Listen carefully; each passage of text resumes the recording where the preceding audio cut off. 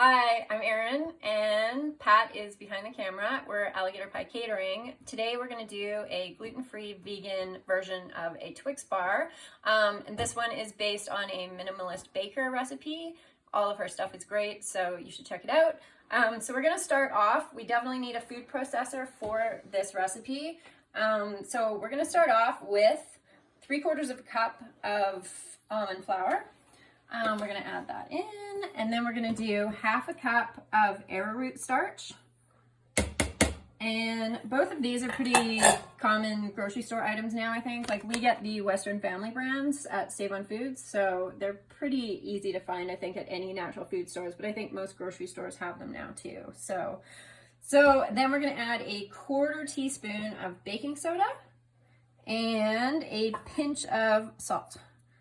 And I'm just gonna pulse this quickly to blend everything together. Just a few times.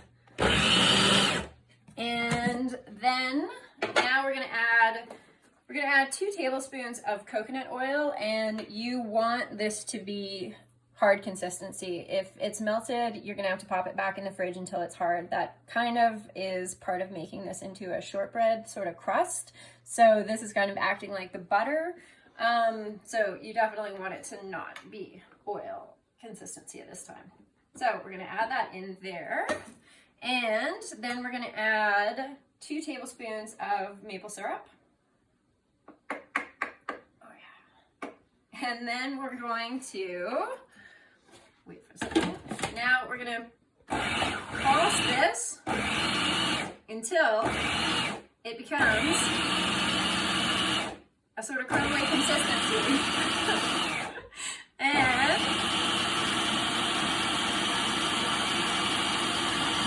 then we're going to add 2 tablespoons of cold water. And then we're going to pulse it again.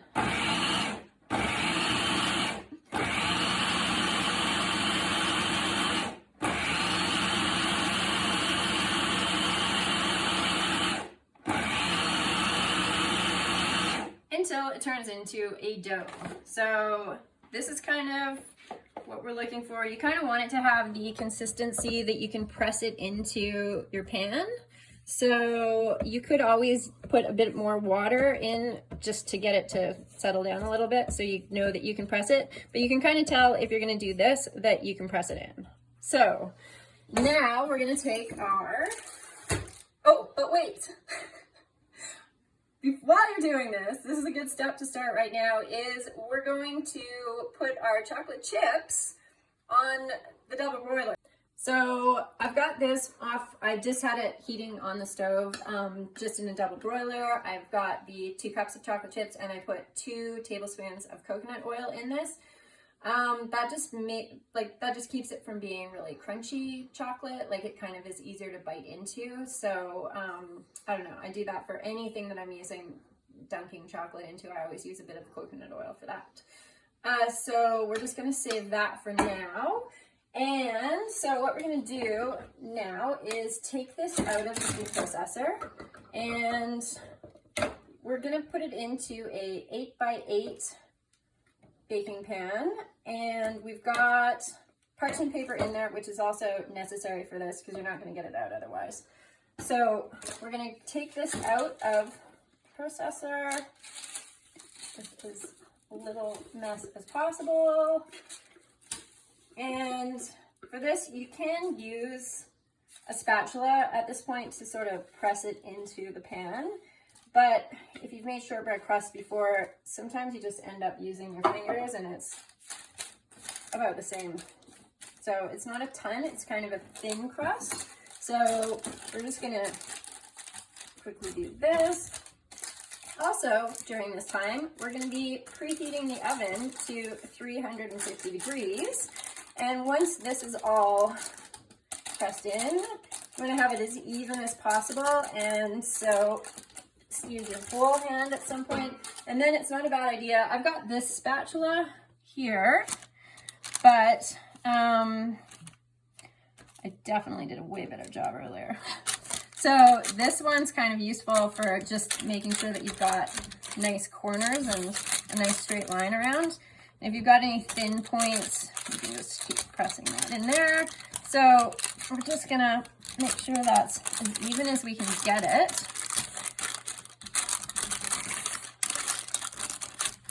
And then we're gonna pop that in the oven.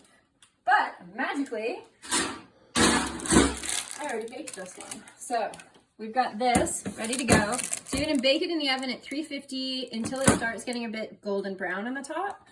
And so that's about 25 minutes, give or take, depending on your oven, but I feel like it's usually around that time. So now what we're gonna do is get your date mixture ready. So I'm gonna do, it's about 15 dates, and these ones I actually just sliced, just so it's a bit easier. Sometimes you can end up with pits in these, and so I kind of feel like it's a better idea to just at least cut them in half to start with. So these ones I just sliced, and then I poured boiling water over top of them to cover for about 10 minutes. So you just want this to be able to soften up before you process it. So now I've got it drained, and what I did was put it back in the food processor. So clean out your food processor. It's okay if you've got a little bit of the almond flour mixture in there because it's all going in the same place. So then you're gonna put this into the food processor with a teaspoon of vanilla and a tablespoon of water, and you're gonna mix it until it becomes a consistency like this. So this is the one that we did earlier. So this is gonna be your caramel mixture, and it's kind of got, you can kind of see that it's got a smoothed out texture at this point. So that's what you're looking for. So now this has been out of the oven. You're gonna wanna let it cool for about 10 minutes. If it's still warm, like 10 minutes in, that's totally fine. You can still use it, but I made this a bit ahead of time just to make sure that I had one ready.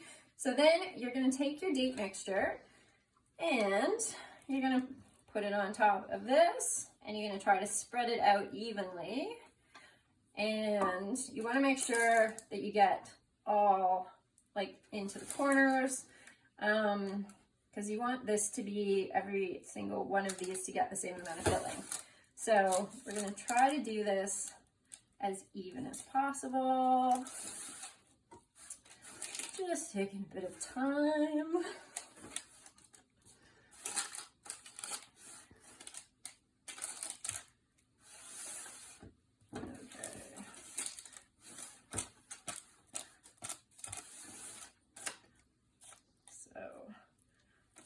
Here, that's looking sort of covered, fairly well covered.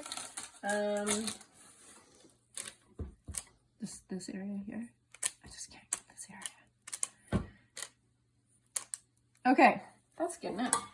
So then we've got our base and our filling, and we're going to grab our chocolate from the oven, and I'm just going to grab a pan here that I've put some parchment on. And this is what we're going to be putting them on after we dunk them with chocolate. So we're going to take this out. I'm going to put the chocolate over here. Okay, we're going to take this out of the pan. We are going to slice it into pieces. So you could slice this in half and then into strips so that it is more like a Twix bar. I feel like that's a bit tricky when we're dunking it in chocolate because they are a little crumbly and you're kind of just setting yourself up to fail. So I want to do it into threes, and it is crumbly and you still might fail, but it's covered in chocolate, so it usually works out okay. So we're going to do this, and then I'm going to do them into 4 this way. So still pretty good size little bars, but they're not as delicate as if you made them into Twix bars. Okay, so this is going to be a bit of a mess probably. So we are going to dunk these into the chocolate and then put them straight onto the parchment. So I've always found the best way to do this with any chocolate desserts is you've got 1 or 2 forks and you're just gonna quickly toss it in the chocolate, and then you're gonna just try to drip the chocolate off and quickly put it onto the parchment. So this usually works. You're just gonna toss it a bit. So you're gonna put it in. It is crumbly. You can see that it is like a crumbly shortbread. So you kind of just wanna be gentle, and you're gonna just dunk it in, and then you can cover it. Normally with stuff like this, you can flip it too, but this one is a little extra crumbly, I think, so with the shortbread recipe. So then give it a little covering, and then try to get as much excess off as possible. And then you're gonna put this over onto the baking sheet, put it down, and then we're going to go with the next one. We're going to dunk it in and cover it. And then when you put this one down, after you've shaken it off a little bit, you don't want it too close to the other one so that when they dry, they're gonna stick together. So give it a little bit of space like that. And then you're just gonna keep going and go through the whole thing. It is a bit of a process, but you'll find that this is an easy one to do when you're just realizing that you can cover everything in chocolate. So, so we're gonna put this on, and then I'll just show you a little trick to maybe make it a little prettier. I mean, not that these aren't really pretty, but you can use a skewer and you can kind of dunk it in the chocolate a bit. And then you can kind of like draw on, you can make little designs on it. Sometimes it's a bit easier if you let it dry a little bit, but you can do a little whoop-de-woos. That's not a word at all.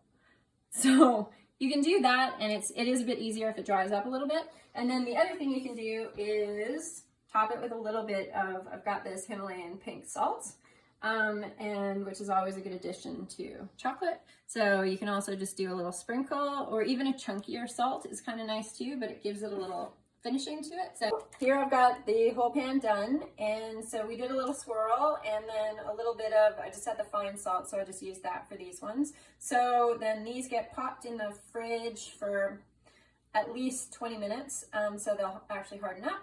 And then you can store them at room temperature for about a week, or store them in the fridge for, you know, a bit longer than that. Or if you wanted to put them in the freezer, then they'll last for as long as things last in the freezer.